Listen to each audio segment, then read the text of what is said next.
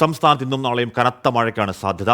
8 ജില്ലകളിലാണ് yellow alert. നാളെ തെക്കൻ കേരളത്തിലും മധ്യ കേരളത്തിലും അതിശക്തമായ മഴയ്ക്കാണ് സാധ്യത. വിവരങ്ങളുമായി അലക്സ് റാം മുഹമ്മദ് ചേരുന്നു. അലക്സ്, സാമാന്യത്തിൽ കവിഞ്ഞ അത്യാവശ്യം വലിയ മഴ ഉണ്ടാകും എന്നാണോ കരുതേണ്ടത്?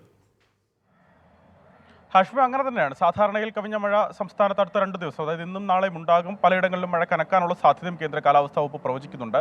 പ്രധാനമായി തെക്ക് പടിഞ്ഞാറൻ ബംഗാൾ ഉൾക്കടലിൽ ശ്രീലങ്കൻ തീരത്തിനു സമീപം ഒരു ചക്രവാത ചുഴി രൂപപ്പെട്ടിട്ടുണ്ട്.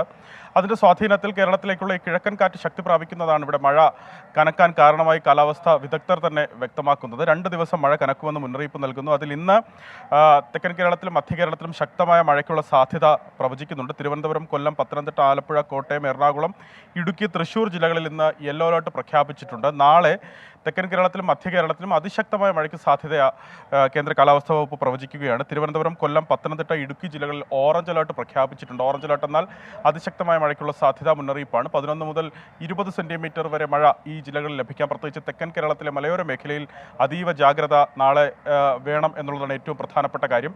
മഴയ്ക്കൊപ്പം ഇടിമിന്നലും കാറ്റിനും സാധ്യതയുള്ളതിനാൽ പ്രത്യേക ജാഗ്രത തുടരേണ്ടതുണ്ട്.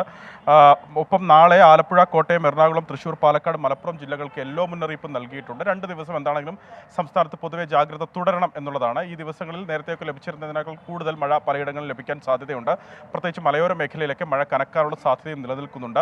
ഇടിമിന്നലിന് സാധ്യതയുള്ളതിനാൽ പൊതുജനങ്ങൾ ഇടിമിന്നൽ ജാഗ്രതാ മുന്നറിയിപ്പുകൾ പാലിക്കണം. ഒപ്പം കേരള തീരവുമായി ബന്ധപ്പെട്ടും ജാഗ്രതാ മുന്നറിയിപ്പുണ്ട്. കേരള ലക്ഷദ്വീപ് തീരങ്ങളിൽ അതിശക്തമായ കാറ്റിന് മണിക്കൂറിൽ പരമാവധി 55 കിലോമീറ്റർ വരെ വേഗതയിലൊക്കെ വീശിയടിച്ചേക്കാവുന്ന കാറ്റിന് സാധ്യതയുണ്ട്. അതിനാൽ കേരള ലക്ഷദ്വീപ് തീരങ്ങളിൽ മത്സ്യബന്ധനം വിലക്കിയിട്ടുണ്ട്. കർണാടക തീരത്ത് മത്സ്യബന്ധനത്തിന് മറ്റു തടസ്സങ്ങളില്ല എന്നും കേന്ദ്ര കാലാവസ്ഥാ വകുപ്പ് അറിയിക്കുന്നുണ്ട്. ഹാഷ്മി.